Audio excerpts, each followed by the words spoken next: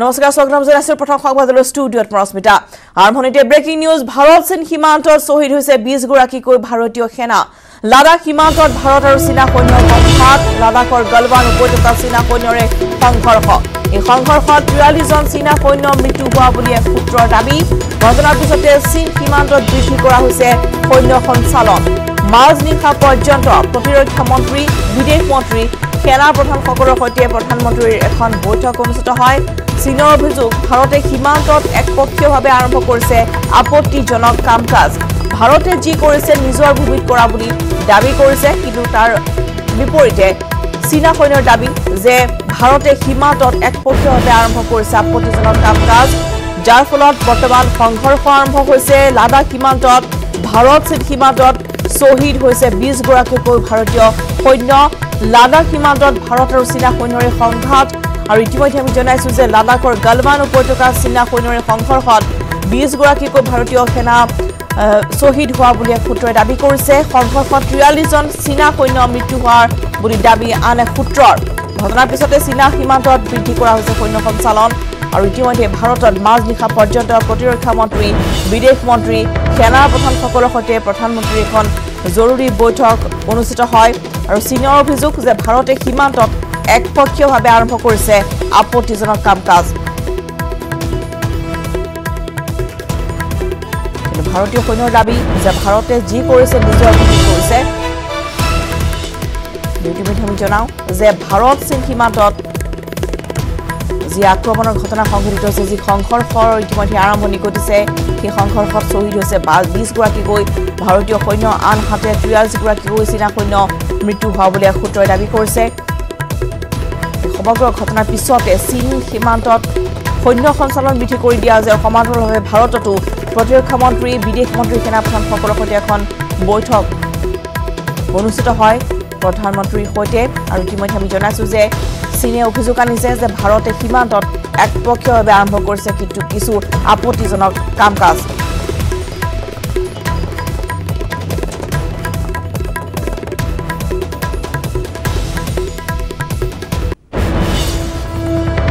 বছৰত প্ৰথমবাৰ চীন সীমান্তত ভাৰতীয় সেনাৰ মৃত্যু 1975 চনৰ পিছত ভাৰত চীন সীমান্তত শহীদ হল জোৱান সোমবাৰে নিশা গলৱানৰ সংঘৰ্ষত 20 গৰাকীকৈ ভাৰতীয় সেনা শহীদ হয় এটা সপ্তাহতে পাকিস্তান চীন নেপাল সীমান্তত ভাৰতীয় হত্যা কৰা হৈছে পুনৰবাৰ জনাও যে 45টা বছৰৰ পিছত প্ৰথমবাৰৰ বাবে চীন সীমান্তত ভাৰতীয় সেনাৰ মৃত্যু হৈছে 1975 চনৰ পিছত ভাৰত চীন সীমান্তত শহীদ হল জোৱান সোমবাৰে নিশা গলৱানৰ সংঘৰ্ষত 20 গৰাকীকৈ ভাৰতীয় সেনা শহীদ হৈছে এটা সপ্তাহতে পাকিস্তান চীন নেপাল সীমান্তত ভাৰতীয় হত্যা কৰা হৈছে আৰু তিনিটা সীমান্ততে কৰা হৈছে ভাৰতীয় হত্যা 45টা বছৰৰ অন্তত প্ৰথমবাৰৰ বাবে চীন সীমান্তত ইতিমধ্যে মৃত্যু সাৱটি দিছে ভাৰতীয় জোৱানে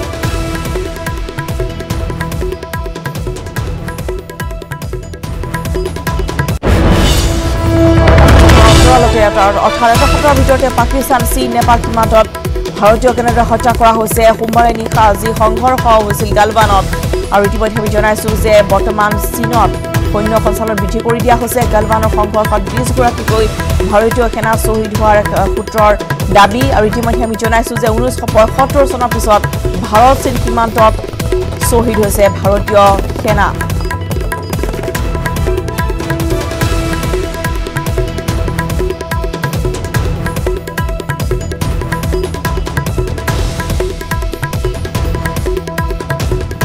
ভাৰত চীন সীমান্তৰ উত্তেজনা কোনো নতুন কথা নহয় প্ৰায় ভাৰতৰ ভূমিত চীনৰ আগ্ৰাসনৰ ঘটনাই দশক ধৰি সীমান্ত উত্তপ্ত কৰি ৰাখিছে কিন্তু সোমবাৰৰ ঘটনাই সকলো সীমা অতিক্ৰম কৰিছে এটা প্ৰশ্ন হৈছে সমগ্ৰ বিশ্ব কৰোনাক লৈ যুঁজি থকাৰ সময়ছোৱাতে হঠাতে সীমান্তত কিয় আগ্ৰাসী হৈ পৰিছে চীন অন্যতম কাৰণ হৈছে ভাৰত চীন সীমান্তত ভাৰতে বৃদ্ধি কৰিছে যাতায়াত আৰু যোগাযোগৰ উন্নয়নমূলক কামকাজ সীমান্তত ষ্ট্ৰেটেজিক পথ নিৰ্মাণ আৰু সামৰিক শক্তি বৃদ্ধিৰ পৰিপ্ৰেক্ষিতত গলৱান উপত্যকাত চীনে আগ্ৰাসন আৰম্ভ কৰিছে গলৱান আৰু সিয়ক নৈৰ মাজত ভাৰতে নিৰ্মাণ কৰি থকা ডাৰবুক সিয়ক দৌলতবেগ ওলডি পথেই চীনৰ মূৰৰ কামৰণি হৈ পৰিছে লাডাখক নিজৰ বুলি দাবী কৰি অহা চীনে সেই ভাৰতক প্ৰতিৰোধ কৰিবলৈ গৈ গলৱান উপত্যকাত আগ্ৰাসী ৰূপ ধাৰণ কৰিছে দ্বিতীয়তে সীমান্তৰ আন্তঃগাঁথনি বৃদ্ধিৰে দক্ষিণ এছিয়াত ভাৰতে প্ৰভাৱ বিস্তাৰ কৰিব বুলি আশংকা কৰিয়েই চীনে ভাৰতক প্ৰতিহত কৰাৰ ষড়যন্ত্ৰ কৰিছে চীনৰ এই ষড়যন্ত্ৰত সহযোগ কৰিছে পাকিস্তান আৰু নেপালেও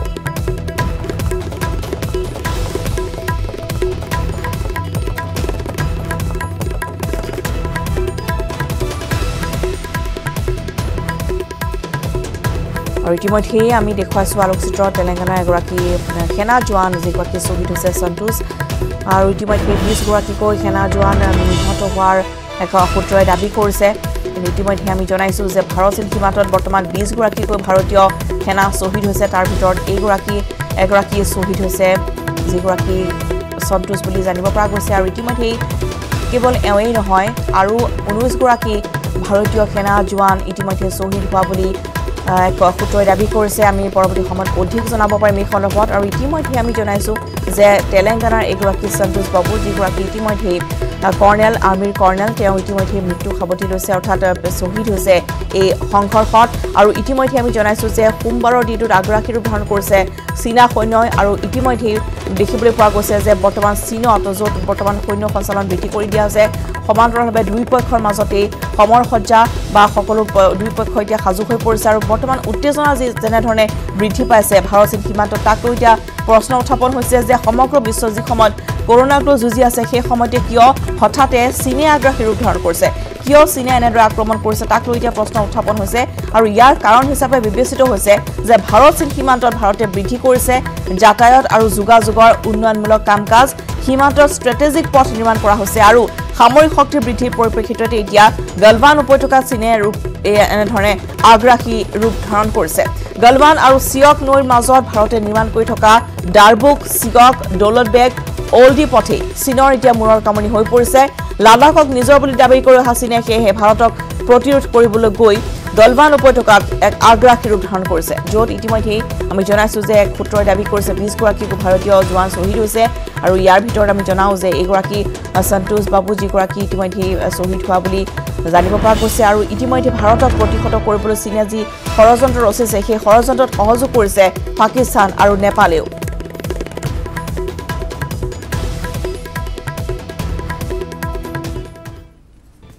উৰিছো বাতৰিৰ মাজৰ এক ব্ৰেকিং নিউজ ৰাজ্যত ভয়ংকৰভাৱে বৃদ্ধি হৈ আছে কৰোনা আক্ৰান্তৰ সংখ্যা অসমত নিশা পুনৰ 191 জন কৰোনা আক্ৰান্তক চিনাক্ত কৰা হৈছে 4510 জনলৈ বৃদ্ধি পালে কোভিড-19ত আক্ৰান্তৰ সংখ্যা আৰোগ্য লাভ কৰিছে 2411 জনে চিকিৎসাধীন হৈ আছে 2088 জনকৈ লোক মঙলবাৰৰ দিনটোত মুঠ 201 লোকক চিনাক্ত কৰা হৈছে কোভিড-19ত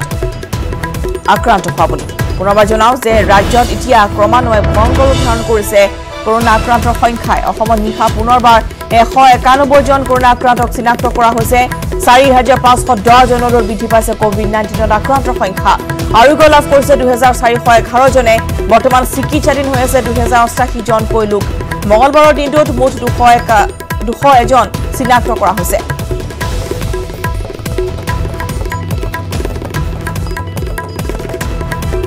অসমত ক্ৰমান্বয়ে এতিয়া ভয়ংকৰ ৰূপত কৰোনা আক্ৰান্তৰ সংখ্যা বৃদ্ধি পাবলৈ লৈছে আৰু তাতোকৈ উদ্বেগজনক বিষয় যে বৰ্তমান কোনো ধৰণৰ ট্ৰেভেল হিষ্ট্ৰী নথকাকৈ বহুকেইজন লোকৰ শৰীৰত কোভিড-19ৰ লক্ষণ দেখিবলৈ পোৱা গৈছে অৰ্থাৎ তেওঁলোকে কোভিড-19 পজিটিভ তেওঁলোকৰ শৰীৰত ধৰা পৰিছে গতিকে এক চিন্তনীয় বিষয় হৈ পৰিছে আৰু বৰ্তমান যিহেতু ৰাজ্যত যেনেধৰণে ভয়ংকৰ ৰূপত কৰোনা আক্ৰান্তৰ সংখ্যা বৃদ্ধি পাইছে তালৈ লক্ষ্য কৰি সকলোকে অতি সাৱধানতাৰে বা সজাগ সতৰ্কতামূলক ব্যৱস্থা গ্ৰহণ কৰিবলৈ আহ্বান জনোৱা হৈছে আৰু ইতিমধ্যে আমি বাৰম্বাৰ জনাই আছো যে বিনা কাৰণত যাতে ঘৰ বাহিৰ নহয় বিশেষকৈ কণ শিশু আৰু বয়সস্থ লোকসকল যেহেতু বৰ্তমান বাহিৰত আৰু বিশেষকৈ গুৱাহাটী মহানগৰীত আক্ৰান্ত সংখ্যা ক্ৰমান্বয়ে বৃদ্ধি পাবলৈ লৈছে কেৱল এতিয়া কোৱাৰেণ্টাইন যিসমূহ চেণ্টাৰ আছিল সেইসমূহতে নহয় ট্ৰেভেল হিষ্ট্ৰী নথকা বহু লোকৰ শৰীৰতো সেয়া লাগিলে গেলামালৰ দোকানীয়ে হওক বা অন্য কোনো লোকেই হওক বিশেষকৈ চিকিৎসকৰ শৰীৰতো বৰ্তমান কোভিড-19 পজিটিভ পোৱা গৈছে গতিকে সিও এক চিন্তনীয় বিষয় হৈ পৰিছে বৰ্তমান গতিকে আহ্বান জনোৱা হৈছে সকলোকে বাৰম্বাৰ যাতে কোনোৱে চৰকাৰী যিসমূহ নীতি নিৰ্দেশনা আছে সেইসমূহ যাতে সকলোৱে মানি চলে যিহেতু বৰ্তমান নিজে সজাগ বা সাৱধান হৈ নাথাকিলে বৰ্তমান যেহেতু ট্ৰেভেল হিষ্ট্ৰী নথকা লোকৰ শৰীৰতো কোভিড-19ৰ লক্ষণ দেখিবলৈ পোৱা গৈছে গণ সংক্ৰমণৰ যি আশংকা সেয়া প্ৰকট হৈ পৰিছে বিশেষকৈ গুৱাহাটী মহানগৰীত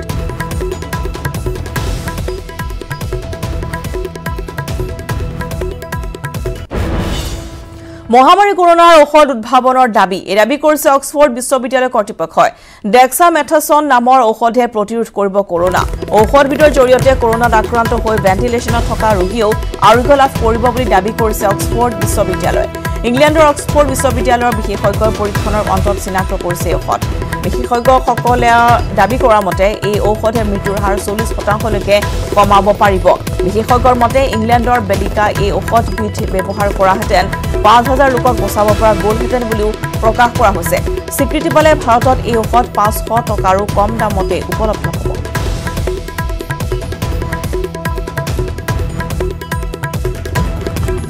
মহামাৰী কৰোনাৰ ঔষধ উদ্ভাৱনৰ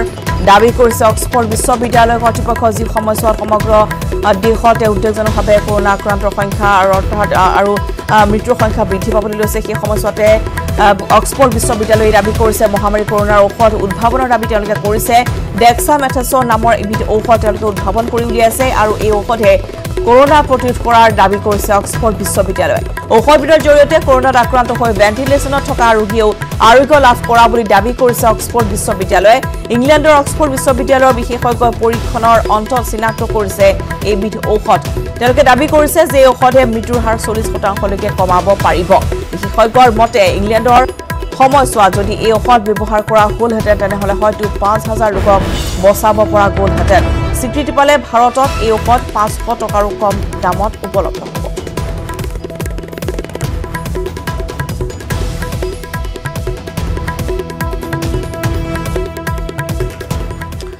ৰাজ্যৰ খবৰলৈ নগাঁৱত 108ৰ চালকৰ আক্ৰমণ দুৰ্বৃত্তৰ ঘটনাক লৈ নিশা নগাঁৱৰ ননৈ পেট্ৰল পাম্পত উত্তপ্ত পৰিস্থিতিৰ সৃষ্টি হয় পেট্ৰল পাম্পত 108ৰ বাহনত তেল ভৰাবলৈ গৈ সুৰামত লোকৰ শাৰীৰিক আক্ৰমণৰ সন্মুখীন হ'বলগীয়া হ'ল এগৰাকী 108 সেৱাৰ কৰ্মচাৰী নগাঁৱৰ ননৈৰ জাৰণী গাঁও পেট্ৰল পাম্পত সংঘটিত হৈছে এই ঘটনাটি পেট্ৰল পাম্পটোৰ 108 সেৱাৰ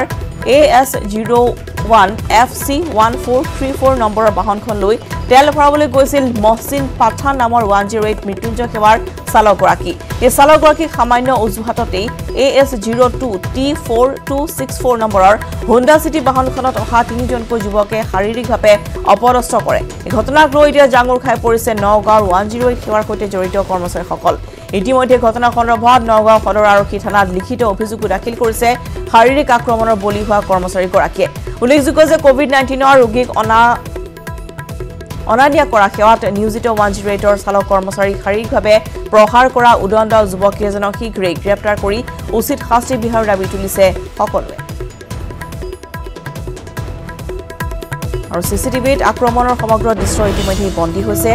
আমি দেখুৱাইছো 108 চালকক কেনেদৰে আক্ৰমণ কৰিছিল তিনিগৰাকীকৈ যুৱকে আৰু ইতিমধ্যে এই আক্ৰমণৰ বলি হোৱা এইগৰাকী 108ৰ চালকে লিখিত অভিযোগ দিছে আৰক্ষীক আৰু ইয়াৰ পিছতেই ঘটনা সন্দৰ্ভত আৰক্ষীয়ে তদন্ত আৰম্ভ কৰিছে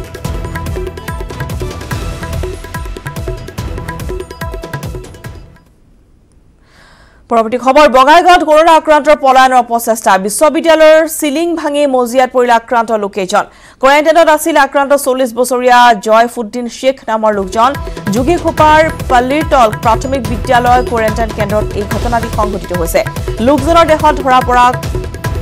কৰোনা ধৰা পৰাৰ পিছতে কোৱাৰেণ্টাইন চেণ্টাৰটোত উপস্থিত হৈছিল স্বাস্থ্য কৰ্মী আৰু আৰক্ষী এটি দল মূৰত গুৰুতৰভাৱে আঘাতপ্ৰাপ্ত জয়ফুদ্দিন শেখ আহত লোকজনক সংকটজনক অৱস্থাত বৰপেটা চিকিৎসা মহাবিদ্যালয়লৈ প্ৰেৰণ কৰা হৈছে উৰিষ্যাৰ পৰা আহি কোৱাৰেণ্টাইনত আছিল লোকজন বঙাইগাঁৱত কৰোনা আক্ৰান্তৰ পলায়নৰ প্ৰচেষ্টা বিদ্যালয়ৰ সিলিং ভাঙি মজিয়াত পৰিল আক্ৰান্ত লোকজন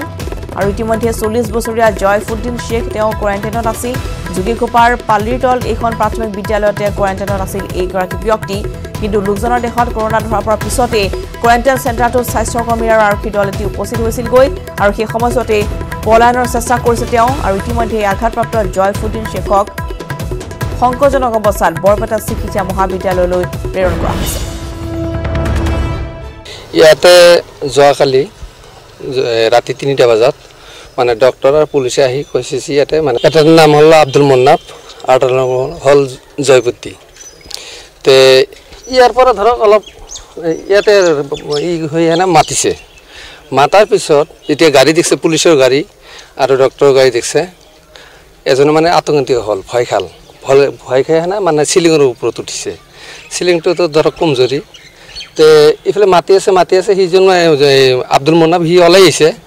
আৰু ইয়াৰ মানে সাৰা শব্দ নাই ইয়াৰ ভিতৰত শব্দ এই শব্দ শুনা মানে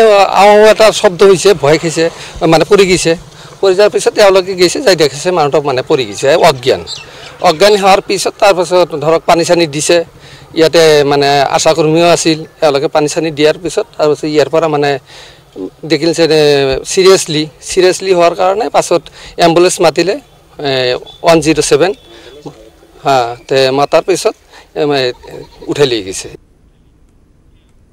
লেব টেকনিচিয়ানৰ ভুলৰ বাবে গোলাঘাটত কৰোনা টংক গোলাঘাট নাৰ্ছিং হোমৰ ৰোগী আৰু আত্মীয়ৰ মাজত হাহাকাৰ সোমবাৰে শ্বহীদ কুশল কোঁৱৰ অসামৰিক চিকিৎসালয়ৰ মোবাইল মেডিকেল ইউনিটৰ লেব টেকনিচিয়ানৰ দেহ ধৰা পৰিছিল কৰোনাৰ অৱস্থিতি কোৱাৰেণ্টাইনত থকা অৱস্থাত আক্ৰান্ত লোক দুজনে কৰ্ম সম্পাদন কৰিছিল নাৰ্ছিং হোমখনত এখন হোটেলত কোৱাৰেণ্টাইনত থকা অৱস্থাত দুজনৰ দেহ ধৰা পৰিছিল কৰোনা ভাইৰাছ প্ৰশাসনে নাৰ্ছিং হোমখনত নিষেধাজ্ঞা এলেকা হিচাপে ঘোষণা কৰাৰ লগতে ৰোগী চিকিৎসক নাৰ্ছ আৰু কৰ্মচাৰীসকলৰ কোভিড-19 পৰীক্ষাৰ ব্যৱস্থা কৰিছে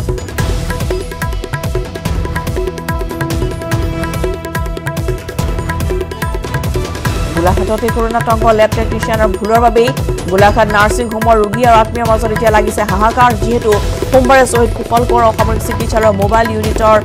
মেডিকেল ইউনিটৰ লেব টেকনিচিয়ানৰ দেহত ধৰা পৰিছিল কৰোনাৰ অৱস্থিতি আৰু তাৰ পিছতেই কোৱাৰেণ্টাইনত থকা আক্ৰান্ত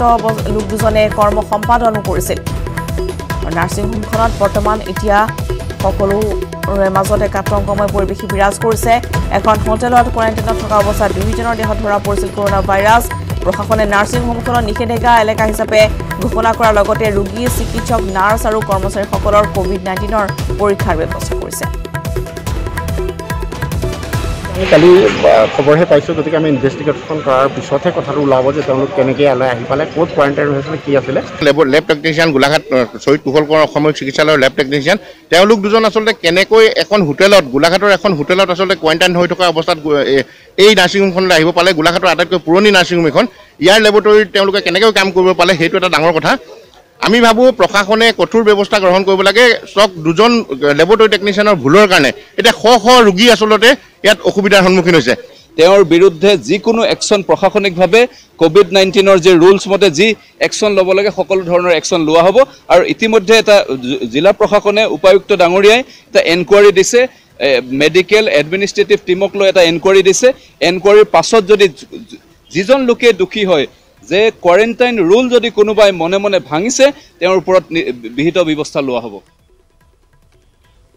বিটিসি গঠনত বিজেপিয়ে লব বিগ ব্ৰাদাৰ ভূমিকা এই দাবী কৰিছে মন্ত্ৰী ভৱেশ কলিতাই বিটিসিৰ নিৰ্বাচনত বিজেপিয়ে বৃহৎ সংখ্যক আসন লাভ কৰাৰ বুলিও দাবী কৰিছে মন্ত্ৰীগৰাকীয়ে সকলোৰে বাবে বিজেপিৰ দুৱাৰ খোলা থাকিব বুলি মন্তব্য ভৱেশ কলিতাৰ পানীৰ বহু পানীৰ মাছ নিৰ্বাচনৰ ভোট যেতিয়ালৈকে কাউন্টিং নহয় তেতিয়ালৈকে কোনো গম নাপায় আমি আশা কৰিছোঁ ভাৰতীয় জনতা পাৰ্টি আটাইতকৈ ডাঙৰ দল হ'ব এইবাৰ নিৰ্বাচনত এজ পাৰ কোড অফ কণ্ডাক্টটো ভাইলেট কৰিব নোৱাৰে কোড অফ কণ্ডাক্টৰ নিয়ম মতে যিটো আৰু আমাৰ যেতিয়া 18 তাৰিখে লাষ্ট নমিনেশ্যন আছিল 4 এপ্ৰিলত আমাৰ পলিং আছিল এই পলিঙৰ যিটো ব্যৱধান এই ব্যৱধান 10-12 দিন লাগিব এই 10-12 দিন আজি আপোনাৰ 16 তাৰিখ 17-18 তাৰিখ এনেকুৱা গেপটো ৰাখিবলৈ আকৌ মেইনটেইন আমাৰ মহামান্য ৰাজ্যপাল ডাঙৰীয়া বা ইলেকশ্যন কমিশ্যনৰ যি নিৰ্দেশ এই নিৰ্দেশৰ যিটো ডিউৰেশ্যনটো দিব হয়তো জুলাই নহ'লে আগষ্টত নিৰ্বাচন হ'ব পাৰে এটা চাঞ্চল্যকৰ হত্যাকাণ্ডৰ জোকাৰিছে তেজপুৰ পত্নীৰ মৰ্যাদা বিচৰাটোৱে কাল হ'ল প্ৰেমিকাৰ বাবে ডিঙি চেপি হত্যা কৰি নৈত উটুৱাই দিলে প্ৰেমিকৰূপী হত্যাকাৰীয়ে ঘটনাক লৈ সোমবাৰে দুপৰ নিশালৈ তেজপুৰত অব্যাহত থাকিল উত্তেজনা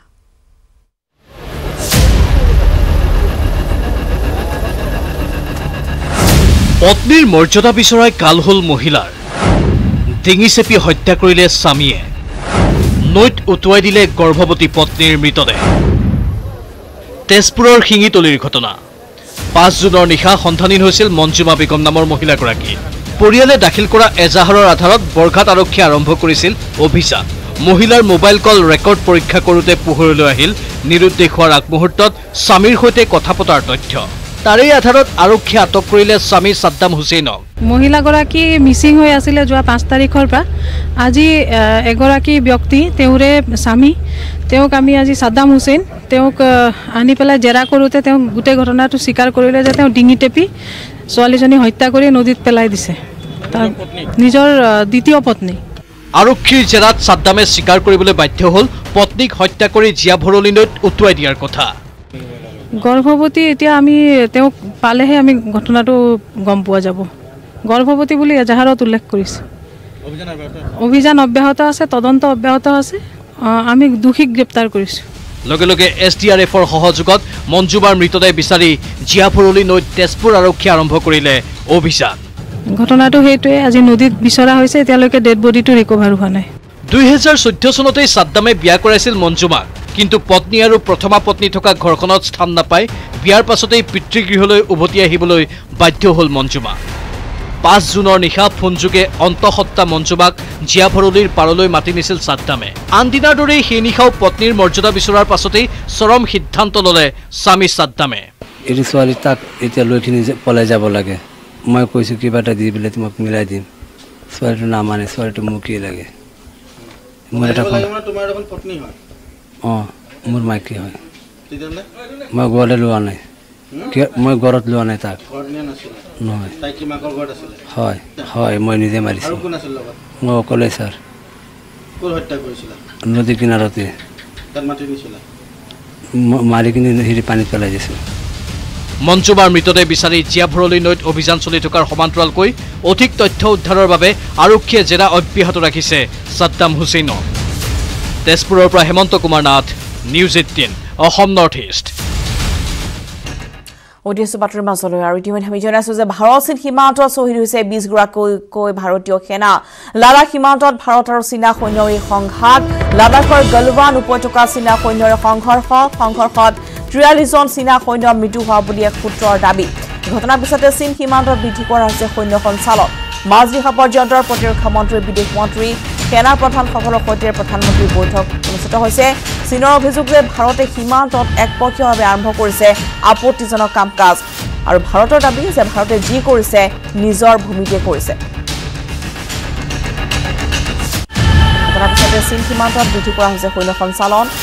মাজনিশা বিদেশ মন্ত্ৰী S জয়শংকৰ, সেনা প্ৰধান বিপিন ৰাৱতৰ সৈতে প্ৰধানমন্ত্ৰীৰ এখন গুৰুত্বপূৰ্ণ বৈঠক ইতিমধ্যে অনুষ্ঠিত হৈছে, যিখন বৈঠকৰ পিছতেই বৰ্তমান সীমান্তত কেনেধৰণে নিয়ন্ত্ৰণ কৰা যাব বা পৰিস্থিতি কেনেদৰে মোকাবিলা কৰা যাব চীনা সৈন্যৰ বিপৰীতে সেই সন্দৰ্ভত আলোচনা কৰা হৈছে। আৰু ইতিমধ্যে আমি জনাইছোঁ যে 20 গৰাকীকৈ ভাৰতীয় সেনা শ্বহীদ হোৱাৰ এক সূত্ৰই দাবী কৰিছে। লাডাখ সীমান্তত ভাৰত আৰু চীনা সৈন্যৰ এই সংঘাতত ইতিমধ্যেই 43 গৰাকীকৈ চীনা সৈন্য মৃত্যু হোৱা বুলি আন এক সূত্ৰৰ দাবী। ঘটনাৰ পিছতে বৰ্তমান চীন সীমান্তত বৃদ্ধি কৰা হৈছে সৈন্য সঞ্চালন আৰু মাজনিশা পৰ্যন্ত প্ৰতিৰক্ষা মন্ত্ৰী, বিদেশ মন্ত্ৰী আৰু সেনা প্ৰধানসকলৰ সৈতে প্ৰধানমন্ত্ৰীৰ এখন জৰুৰী বৈঠক অনুষ্ঠিত হয়। চীনে অভিযোগ আনিছে যে ভাৰতে সীমান্তত একপক্ষীয়ভাৱে কৰিছে আপত্তিজনক কাম কাজ, যাক লৈ এনেদৰে সংঘাতৰ সূত্ৰপাত হৈছে, অৰ্থাৎ সংঘৰ্ষৰ সূত্ৰপাত হৈছে। কিন্তু ভাৰতৰ দাবী যে ভাৰতে যি কৰিছে নিজৰ ভূমিত কৰিছে। কিন্তু সীমান্তত সংঘটিত হোৱা এনেধৰণৰ এতিয়া সংঘৰ্ষ বা সংঘাতে এতিয়া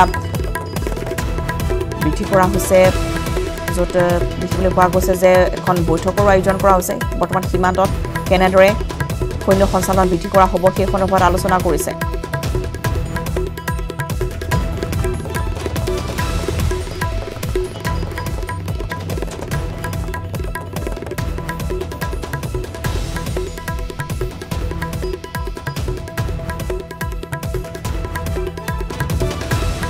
আৰু ভাৰতীয় সেনাৰ ৰিটায়াৰ্ড ব্ৰিগেডিয়াৰ ৰঞ্জিত বৰঠাকুৰ ডাঙৰীয়া এই মুহূৰ্তত সংযুক্ত হৈছে আমাৰ সৈতে ফোন লাইনত। হয় বৰঠাকুৰ ডাঙৰীয়া, আপোনাক স্বাগতম জনাইছোঁ। আৰু ভাৰত চীন সীমান্তত বৰ্তমান যি দেখিবলৈ পোৱা গৈছে যে যেনেধৰণৰ সংঘৰ্ষ বা যেনেধৰণৰ সংঘাতৰ সূত্ৰপাত হৈছে সেই সন্দৰ্ভত আপোনাৰ পৰা কি ক'ব বিচাৰিছে, আপোনাৰ পৰা আমি জানিব বিচাৰিছোঁ প্ৰতিক্ৰিয়া। Good morning. প্ৰথম কথা, এই ইছ্যুটো খুব চিৰিয়াছ ইছ্যু। নিশ্চয়, কাৰণ এনেধৰণে আমাৰ 20 জন সৈনিক হত্যা কৰিলে বুলিয়ে ক'ম, কাৰণ এইটোত গুলি ফায়াৰ কৰা নাই, পাথৰ আইৰণ ৰড তেনেকে তেওঁলোকে আমাৰ সৈনিকক মাৰিলে, সেইটো খুব দুখৰ কথা। দ্বিতীয়তে, তেওঁলোকে কালি এজ পাৰ প্ৰচিজিয়ৰ চীনা সৈন্য ডিছএনগেজ মানে তেওঁলোকৰ এৰিয়ালৈ যোৱা কথা আছিলে 5 কিলোমিটাৰ সেইটো প্ৰগ্ৰাম মতে প্ল্যান মতে কৰা কথা আছিলে কিন্তু গধূলিলৈকে সেইটো চাবৰ কাৰণে আমাৰ বিহাৰ ইউনিটৰ 16 বিহাৰৰ কমান্ডিং অফিচাৰ 15-16 জন মানুহ প্ৰথমে তাত গৈছিলে তাতে তেওঁলোকৰ মাজত কিবা প্ৰব্লেম হ'ল তাৰপিছত সেইখিনি দুইটা লগত কাজিয়া হ'ল আমাৰ কমান্ডিং অফিচাৰক যেতিয়া তেওঁলোকে পাথৰ বা লোহাৰে মাৰিলে তেতিয়া জোৱানবোৰে তেওঁলোকৰ কমান্ডিং অফিচাৰ মৰাৰ লগে লগে এক্টিভেট হৈ পেলাই এইখিনিত তাহাঁতৰ চীনা সৈন্যৰ লগতো হাতপাই হ'ল যি কাৰণে চীনা সৈন্যৰো কিছুমান মানুহ মৰা বুলি গম পালো এতিয়া কথাটো হ'ল এইটো ডিসএনগেজমেন্ট হোৱা প্ল্যান হৈছিলে তাৰমানে অলৰেডি কথা পতা হৈছিলে তাৰপিছত এইটো জায়গাৰ পৰা উইথড্ৰ কৰিব লাগে সেইটো সেই উইথড্ৰ কৰাৰ সময়টো ঘটনা হৈছে এইটো বৰ দুখৰ কথা এতিয়া আমি কেনেকে ৰিয়েক্ট কৰিম প্ৰথম কথা আমি খুব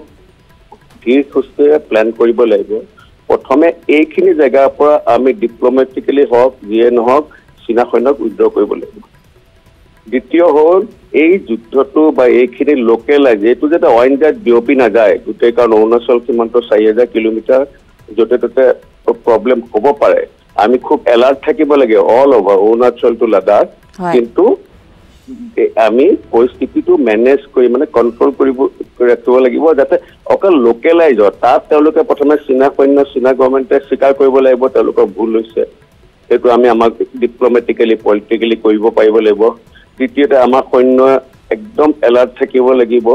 তৃতীয়তে এতিয়া কি হৈছে মানে সৈন্যবোৰ এনেকুৱা হলে যত মনত খুব থাকে খং থাকে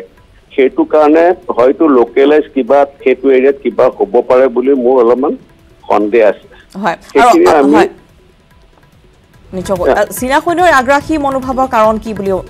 হয় আপুনি ভাবে বা বৰ্তমান দেখিবলৈ পোৱা গৈছে যে সমগ্ৰ বিশ্ব বৰ্তমান কৰোনাৰ আক্ৰান্ত হৈ আছে বা আতংকময় পৰিৱেশে বিৰাজ কৰিছে সেই সমস্ততে কিন্তু বৰ্তমান আগ্ৰাসী ৰূপ ধাৰণ কৰিছে চীনা সৈন্য সেইটো আপুনি ঠিক কথা কৈছে প্ৰথমে কি হ'ল কৰোনা তাহাতে হৈ গ'ল গোটেই পৃথিৱীয়ে তেওঁলোকক ব্লেম কৰিছে তাৰপিছত তেওঁলোকৰ এটা মিটিং হ'ল আপুনি জানে মে মাহত হৈছিলে নেশ্যনেল পিপল কনফাৰেন্স যিটো সকলোকে শক্তিশালী বডি চীনৰ তাৰ প্ৰেসিডেন্ট চি জিনপিঙৰ যিটো অৱস্থা বেয়া আছিলে কৰোনাৰ কাৰণে আৰু উইদিন চাইনা বহুত ধৰণৰ ইণ্টাৰনেল প্ৰব্লেম হৈ আছে কিন্তু এই মিটিঙত তেওঁ নিজকে এছাৰ্ট কৰিছে নিজৰ এছাৰ্ট কৰি তেওঁ দেখাব বিচাৰিছে তেওঁ চীনৰ মেইন লিডাৰ এইটো হয়েই আৰু বাহিৰৰ কাণ্ট্ৰিবোৰক অকল আমাৰ ইণ্ডিয়াৰ লগত কোৱা আমাৰ কি প্ৰব্লেম হৈছে মানে লেণ্ড বৰ্ডাৰটো অকল আমাৰ আৰু ভূটানৰ লগত আছে অইন দেশৰ লগত নাই কিন্তু যোৱাৰ লগত সি বৰ্ডাৰ আছে সি সাউথ চাইনা সি তাহাঁত প্ৰব্লেম কৰি আছে কিন্তু তাত আমেৰিকাই হস্তক্ষেপ কৰিব আমেৰিকা প্ৰেজেন্স আছে আমেৰিকান নেভি প্ৰেজেন্স আছে হংকঙত তেওঁলোকে নতুন ৰুল বনাইছে টাইৱানত তাহাঁতে অল ওভাৰ তাতে এছাৰ্টিভ মনোভাৱ এটা কৰিছে লেণ্ড বৰ্ডাৰ যেহেতু আমাৰ বৰ্ডাৰ আছে সেইখিনি এৰিয়াত তাহাঁতে আগ্ৰাসন কৰিছে কিন্তু দুখৰ কথা কি এই এৰিয়াত কেতিয়াও 62 হোৱাৰ পিছত একো প্ৰব্লেম হোৱা নাছিলে গালৱান এৰিয়া হেৰিত খালি পেংগংছু লেকটোত সদায় পেট্ৰলিং হৈছিলে তেওঁলোকে আহিছিলে আমি আহিছিলোঁ কাৰণ 60% অফ লেকটো তেওঁলোকৰ এৰিয়াত আছে সেইকাৰণে তেওঁলোকে নেভি বোট দি পেট্ৰলিং কৰোঁতে কেতিয়াবা প্ৰব্লেম হয় আহি যায় ইণ্ডিয়ালৈ আৰু সেইটো হয় কিন্তু বাকী এৰিয়াত গালৱান এৰিয়াত তেওঁলোকে আজিলৈকে মানে 62% এৰিয়াত একো এনেকুৱা আগ্ৰাসন হোৱা নাছিলে সেইকাৰণে তেওঁলোকে যিকোনো এৰিয়া বাছি ল'ব পাৰে এইখিনি ডিস্পিউটেড এৰিয়া বুলি ক'ব পাৰে তেওঁলোকৰ এতিয়া কৈছে কালি তেওঁলোকৰ নিউজে কৈছে তো আমাৰ এৰিয়া কালি নিউজবোৰ পঢ়িছোঁ চাইনিজ গ্লোবেল টাইমছ নিউজটো পঢ়িছোঁ আৰু আমি ইনষ্টিগেট কৰা বুলি কৈছে সেইকাৰণে তেওঁলোকে মানে well plan out thought out কৰিছে আৰু লাষ্টলি মই কালি ভাবিছোঁ কালি ঘটনাটো আমাৰ তেওঁলোকে ভাবিছে যদি কিবা হয় আমি মানে ইহঁতক ইণ্ডিয়ান সৈন্যক আমি হত্যা বা মাৰিম বুলি সেইকাৰণে প্লেন কৰি অহা যেন লাগে নহ'লে সৈন্য আইৰণ ৰড চড লৈ কোনো সৈন্য নাহে আৰু তাত পাথৰ চাথৰ ইউজ কৰি তেনেকে নকৰে তেওঁলোকে অলৰেডি চাগে এইটো ভাবি আহিছিলে কি যদি কিবা হয় কিবা তৰ্কাতৰ্কি হয় লাগিলে আমি ইহঁতক হেৰি কৰিম নিশ্চয় আৰু এতিয়া এনেধৰণৰ যে প্ৰত্যাহ্বান আহি পৰিছে ভাৰতৰ সন্মুখলৈ গতিকে কেনেদৰে মোকাবিলা কৰিব লাগিব কেনেদৰে সাজু হ'ব লাগিব এতিয়া ভাৰত প্ৰথম কথা ভাৰতৰ সৈন্য পুৰা সষ্টম হৈ থাকিব লাগিব সষ্টময় আছে সেইখিনিত ইমান প্ৰব্লেম নাই কিন্তু তাতকৈ বেছি আমাৰ ডিপ্লোমেটিক্যালি আৰু পলিটিক্যালি প্ৰেছাৰ দিব লাগিব চীনা সৈন্য সেইটো দিব লাগিব কি আপোনালোকে ভুল কৰিলে প্ৰথমে আগ্ৰাসন কৰিলে আগ্ৰাসন কৰা বহুত দিন থকাৰ পিছত আপোনালোকে উইথড্ৰ কৰিম বুলি 6 জুনত ডিচাইড কৰিলে দুইখন কাণ্ট্ৰি তাৰ পিছতো এতিয়া উইথড্ৰ কৰা নাই আৰু আমি যেতিয়া উইথড্ৰ কৰাটো মনিটৰ কৰিবলৈ চাবলৈ গৈছো আমাৰ ওপৰত এফেক্ট হৈছে তো একচেপ্ট কৰা নহ'ব আমি লাহে লাহে ইণ্টাৰনেশ্যনেল অপিনিয়ন এটা যে বিল্ড আপ কৰিবই লাগিব আৰু এই সময়ত যেহেতু চীনক ইণ্টাৰনেশ্যনেল খুব টাইট কৰ্ণাৰত আছে আমাৰ কাৰণে এইটো কৰা বহুত সুবিধা আছে সেইকাৰণে আমি গোটেইকেইটা ফ্ৰণ্টতে আমি একশ্যন ল'ব লাগিব সবচে ডাঙৰ কথা আমাৰ গভৰ্ণমেণ্টে এটা ষ্টেটমেণ্ট দিব লাগে আজিলৈকে আমাৰ গভৰ্ণমেণ্টে মে 4 তাৰিখৰ পৰা আজিলৈকে খুব ভালকে এটা গভৰ্ণমেণ্টে ষ্টেটমেণ্ট দিয়া নাই যিটো কাৰণে আমাৰ ভাৰতীয় নাগৰিকৰ ডাউট হৈছে বস্তুটো কি হৈছে এইটো ডিফেন্স মিনিষ্টাৰ বা প্ৰাইম মিনিষ্টাৰ এটা জনাব লাগিব কি একচুৱেলি হৈছে যাতে আমাৰ নাগৰিকে ভাবে আমাৰ গভৰ্ণমেণ্টে যিটো কৰিছে ঠিক আছে নহ'লে বহুত ধৰণৰ বেলেগ বেলেগ কথা মিডিয়াত আহি আছে অইনত আহি আছে সেইটো আমাক এফেক্ট কৰিব আৰু আমাৰ সৈন্যৰ ওপৰত আপোনালোকে আস্থা ৰাখিব লাগিব তেওঁলোকে ডেফিনেটলি কালি এটা বেটেলিয়নৰ 20টা একেলগে যদি মই একে বেটেলিয়নৰ গৈছো ঢুকাই গ'লে এইটো ডেফিনেটলি ইউনিট এটাক বহুত এফেক্ট কৰিব সেইকাৰণে আমাৰ আৰ্মিৰ প্লেন আছে যে এইটো ইউনিটৰ ঠাইত কি কৰিব তেওঁলোকে অলৰেডি প্লেন মতে কাম কৰিব এইখিনি থাকিব নিশ্চয় ধন্যবাদ জনাইছো ৰঞ্জিত বৰঠাকুৰ ডাঙৰী আপোনালৈ আৰু তেখেতে ইতিমধ্যে জনাইছে যে কেনেধৰণে আচলতে আগ্ৰাসী ৰূপ লৈছে চীনৰ কেৱল এয়াই নহয় বছৰ বছৰ ধৰি বা দশক ধৰি চীনে আগ্ৰাসী ৰূপ ধাৰণ কৰি আছে আৰু ইতিমধ্যে আমি জনাওঁ যে ভাৰতৰ প্ৰধানমন্ত্ৰীগৰাকীয়ে ইতিমধ্যে একটা বিশেষ বৈঠকত আয়োজন কৰিছে নিশাৰ ভাগত য'ত বিদেশ মন্ত্ৰী আৰু সেনা প্ৰধানসকলৰ সৈতে তেওঁ সেই বৈঠকৰ আয়োজন কৰিছে আৰু বৰ্তমান কেনেদৰে সেনাবাহিনী সষ্টম হৈ পৰিব আৰু ইতিমধ্যে বৰঠাকুৰ ডাঙৰীয়ে উল্লেখ কৰিছে যে কেৱল চীনে যেনেধৰণে আগ্ৰাসন কৰিছে সেয়া কেৱল গলৱান উপত্যকাতে নহয় আন প্ৰান্ততো আমাৰ সৈন্য বা ভাৰতীয় সৈন্য সজাগ হৈ থাকিব লাগিব সষ্টম হৈ থাকিব লাগিব আৰু ভাৰতৰ জনসাধাৰণক সমগ্ৰ যি দিশ কেনেদৰে হৈছে সেই সন্দৰ্ভত চৰকাৰৰ তৰফৰ পৰা বিশেষ জাননী দিব লাগে যে কি হৈ আছে অৰ্থাৎ বিভিন্ন মিডিয়াত বিভিন্ন ধৰণৰ বাতৰি ওলাইছে বিভিন্ন ধৰণৰ খবৰ ওলাইছে কিন্তু প্ৰকৃত সত্য বা প্ৰকৃত তথ্য কি সেয়া নিশ্চয়কৈ জনাব লাগে আৰু ইতিমধ্যে আমি জনাইছোঁ যে সূত্ৰই দাবী কৰিছে যে 20 গৰাকীকৈ ভাৰতীয় সেনা ইতিমধ্যে